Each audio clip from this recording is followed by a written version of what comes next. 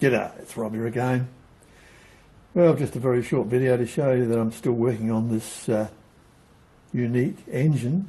It's certainly unique, and I'm getting there. It's coming along quite nicely.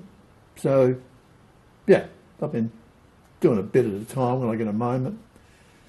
Been using the H160 hydrogen generator to do some small soldering. Although the bullfinch actually, if you use it carefully, you can do it. And this is the handiwork. I'll come in close on it. Okay, so you can see what's happening here. We've got a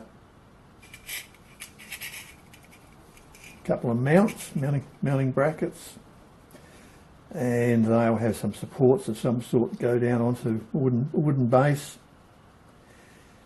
At this end we've got the rotary valve in here, and it's feeding from the boiler up a riser. I wanted to put a riser there to stop any water going into the rotary valve. Well, try and restrict it. If I'd run it straight out of here and across and in, well, you could get water running through the pipe. By having a riser, it's going to prevent a lot of that. And of course, here's the piston and the flywheels. I might make them bigger, I'm not sure. It's 18mm stroke on this. I was going to go 20, but I'll make it 18. That should be enough.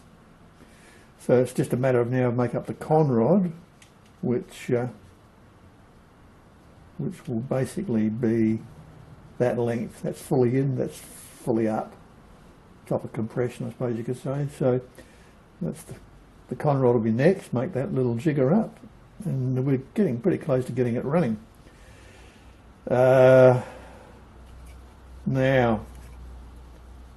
I've deliberately not put any vents or ports in the top here because I want to be able to pull this apart to paint the supports and do some more brazing on them. So that's why this pipe's got a connector here. So this is the feed pipe from the rotary valve in through the cylinder, the boiler into the back of the cylinder. There's a connector there, so by undoing that I can then drop the pipe down and I can slide these brackets off this end. Now what I'm going to do also, I'm going to have a blow-off valve on it, and the blow-off valve will probably be here. You think, well, that's going to be in the way. Well, no, I'm going to use a right angle connector, or I might just make up a connector out of a block of brass and solder it on the back here, and that'll be able to just screw that in. So if I ever want to pull it apart, I can just unscrew the blow-off valve. And actually, I think while I'm at it, I'll actually make the port, the filler point as well. So when you fill it, you unscrew the blow-off valve. This will go into a cap basically, and it'll double as the filler and the blow-off valve. So yeah, pretty cool, eh? And of course the feed pipe to the cylinder is going to run through the flame path or alongside the flame path, so it will get some superheating sort of capability, I suppose you could say. But yeah, it was just a matter of how to do all this and still be able to get this thing apart when you want to paint everything and finish it off. So yeah, pretty cool. So I'm quite happy with where it's going, and just shows you what you can do with a bit of junk and a bit of time.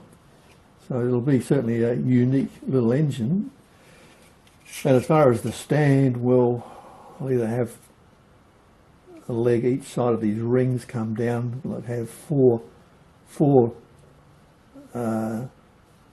rod type legs, or I could have a shield on this side brazed onto here, which would come down and support it, also act as a bit of a heat trap. But I'll probably just go for the four legs, I think. I'm not sure whether the flywheels will be big enough. I might have to bump up the size a bit, but that's easily done.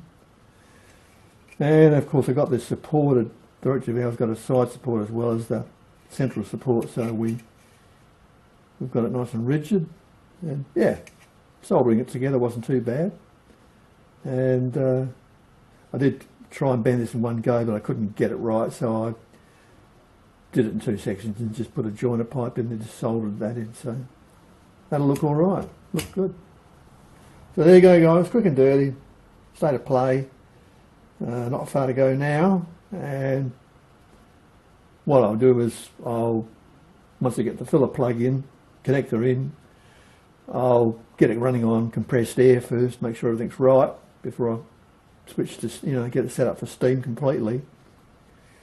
And that way, you're not messing around with hot water or anything, so you can just set your timing on your rotary valve, get that right, and then once that's done, well then you can try it with steam. Okay, that's it for me. See you next time. Cheers.